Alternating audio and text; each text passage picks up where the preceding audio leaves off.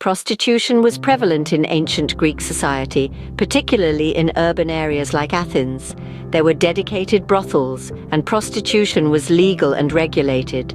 Some famous courtesans, like Aspasia, wielded significant influence. Homosexuality was common and socially accepted in ancient Greece, especially between older men and adolescent boys.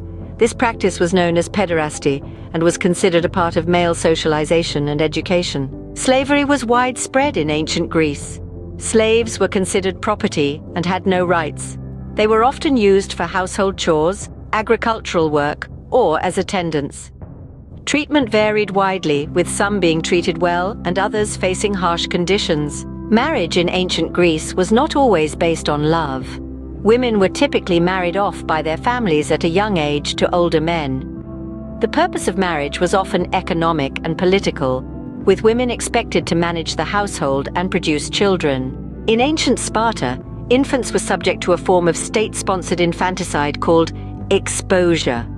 Weak or deformed infants were left outdoors to die, as they were considered unfit to become strong warriors. Ancient Greeks did not have modern plumbing systems. Instead, they used chamber pots or public latrines. Toilet hygiene was not a priority, and toilet paper was not used. Instead, they used stones, clay shards, or even pieces of broken pottery. In the Olympic Games and other athletic competitions, athletes competed naked. This tradition was rooted in the belief that nudity honored the gods and emphasized the purity and beauty of the human body. Animal sacrifice was a common religious practice in ancient Greece. Animals such as sheep, goats, and pigs were slaughtered as offerings to the gods. The blood and meat were then consumed in communal feasts. Ancient Greeks often ate reclining on couches rather than sitting at tables. They would use their hands to eat and would wipe them on chunks of bread called apomagdali, which they would later discard.